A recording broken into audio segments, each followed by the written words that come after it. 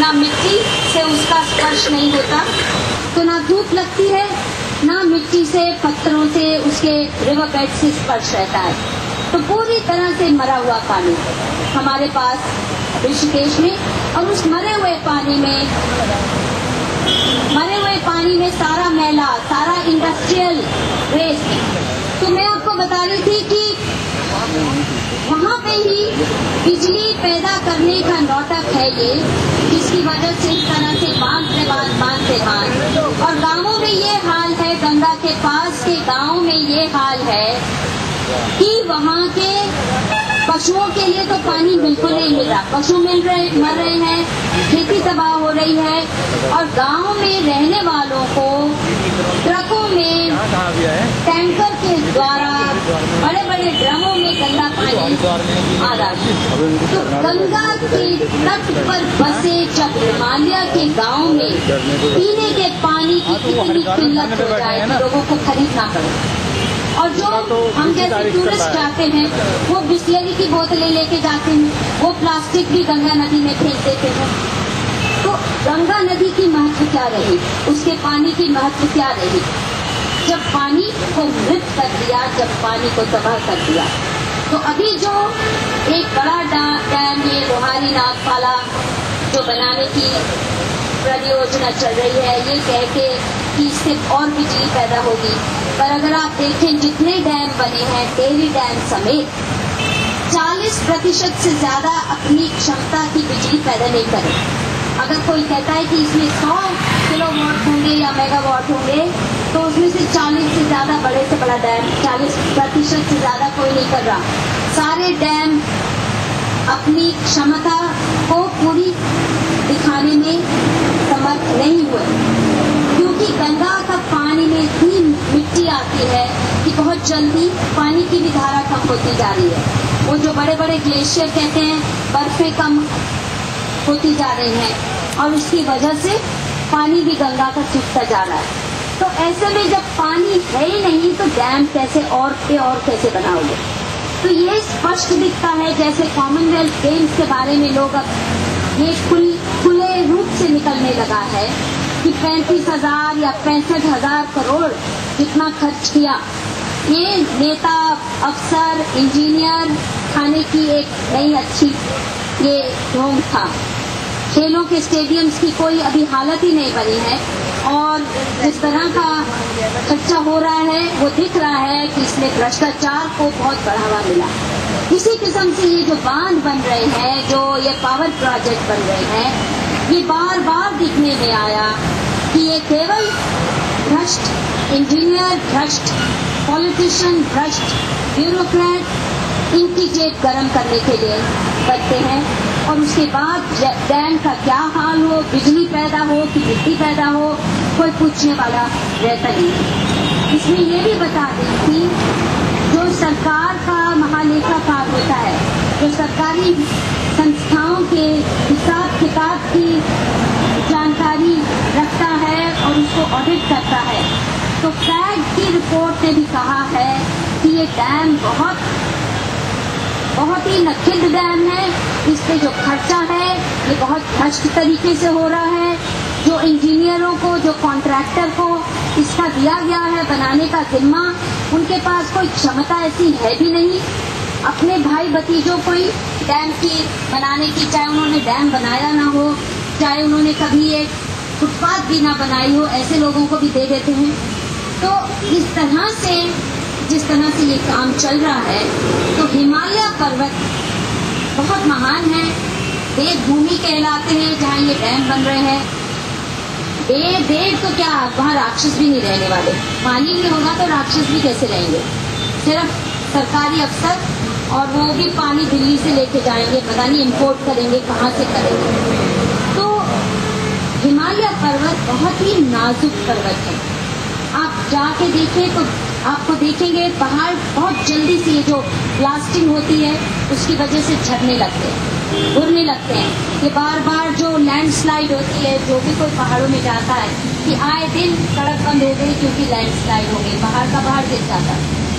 तो पहाड़ की भी जो दशा हो रही है, ये सभी पर्यावरण की जितने विशेषज्ञ हैं उन्होंने भी ये इसके बारे में रिपोर्ट यही दी है कि ये डैम नहीं बनने चाहिए, नुकसानदायक है।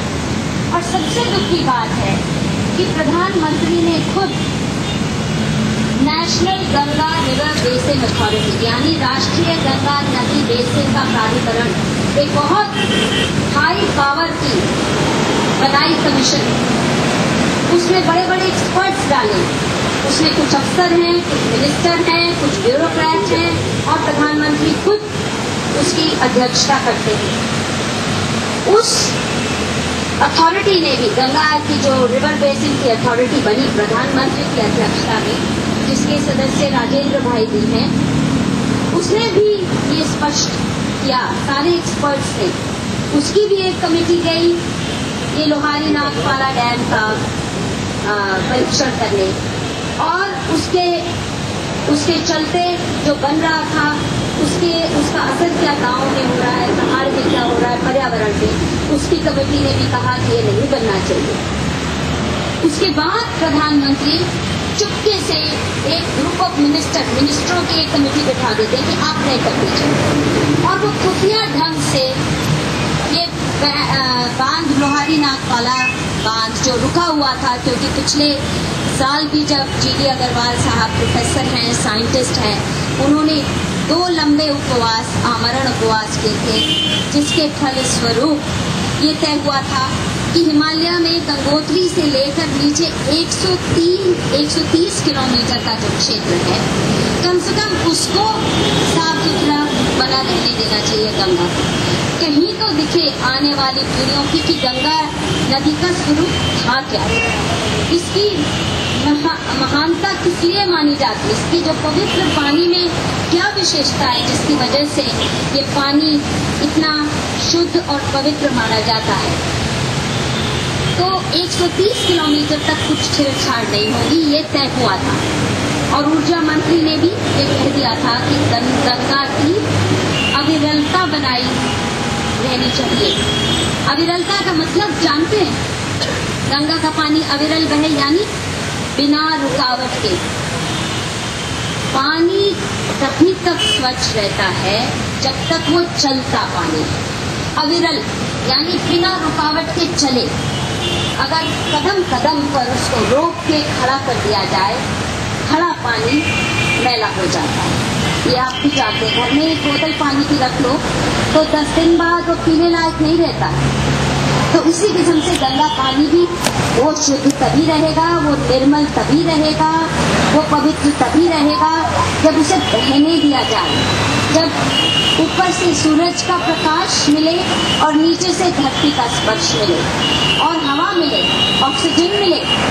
ये तीनों के बगैर, हवा, ऑक्सीजन जो मिलती है हवा खुले रहने से, सूरज का प्रकाश और मिट्टी और पत्थरों का स्पर्श, इनके बगैर पानी स्वच्छ रह ही नहीं सकता। और चलने नहीं दिया जाए तो पानी मर जाता है। ये वायदा हुआ था और लिखित में भी कहा गया था। सारी कमेटियां कहती हैं इसको रद्द करो और बाकी डैमों को भी रद्द करो। 300 डैम बनाने की परियोजना बन रही है, तो मतलब सुरंगें दिखेंगी, गंगा नहीं दिखेगी। और कह रहे हैं कि दिल्ली में भी गंगा तेरी से पानी लाया जा रहा है। अब आप सोचिए, दिल्ली में बारिश होती है तो हम घुटने घुटने पानी भर जाता है, उस पानी को हम सुझोते नहीं, वहां से उन गांवों को उजाड़ के यहाँ पानी लाने की परियोजना। आप सोचिए कितना मूर्ख प्रशासन होगा जो ऐसी नालायक नीतियां बनाता है। तो इस बांध के विरोध में हमारे साथी, हमारे बुजुर्ग, हमारे प्रेरक प्रोफेसर अग्रवाल जी, प्रोफेसर जीडी अग्रवाल मातृ सदन नाम की संस्था है हरिद्वार में, और मातृ सदन के जो सन्यासी हैं वो सिर्फ भगवा पहने हुए नौटंकीबाज साधु संत नहीं है, वाकई ही गंगा भक्त भी हैं और सही में सन्यास का सही उपयोग करते हैं। तो वो ही आश्रम चुना है प्रोफेसर जीडी अग्रवाल ने अपने सत्याग्रह के लिए, और इसलिए भी चुना क्योंकि मातृ सदन नाम का जो आश्रम है और उनके जो मुख्य हैं स्वामी शिवानंद जी,